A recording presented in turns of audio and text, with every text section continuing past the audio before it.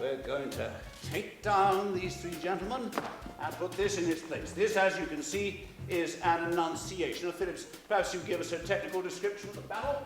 My name is Sarah Esdale and I'm the director of Single Spies. It's two plays. The first, Englishman Abroad, tells the story of Guy Burgess, and the second, Question of Attribution, is about Anthony Blunt. Oak, Ash, Chipboard. I'm Michael Pennington and I'm playing Anthony Blunt. Because it generally is. And that's the back finished, is it?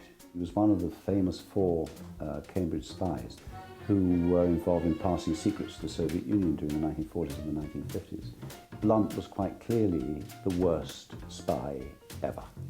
All the stuff he sent to the Soviets they threw in the bin, as far as one can make out. Glazing's generally well preserved. One of my favourite things about Bennett is that he is not in any way an intellectual snob. They also work for you if you know absolutely nothing. And there's a sort of fantastic couple of monologues at the beginning of the first play where he lets the audience off the hook, if you like. He stops you panicking. But if you don't know the history and you don't know the story, you won't get anything from them. A number of holes have been repaired, particularly around knots in the wood. It is popular, actually. My name is Helen Schlesinger, and I play Coral Brown in An Englishman Abroad, and I play Queen Elizabeth II, or as she's referred to as HMQ, in A Question of Attribution.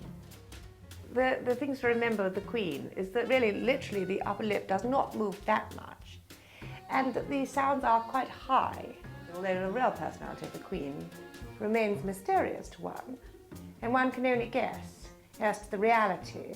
You basically say one, and sometimes even we. You just never say I. And everyone knows you're the Queen. It's an interesting place to do it. The Rose Theatre is both intimate and grand at the same time. It's wide and it's a big curved auditorium, but there is a certain intimacy because there are people who sit down at the front. I mean, one night there was a lady lying down, like lying with her head on her bag, and I thought, isn't that lovely? She's so relaxed. One of the advantages of my profession is that you do an awful lot of what you might call adult education. And the same is true with art history. I've read up a great deal about it. There's a lot about it in the play. I desperately want to go back and do a history of art degree now. Alan Bennett's humour is very timeless, you know, and they're very easy for audiences to identify with. Good. Phillips, the steps.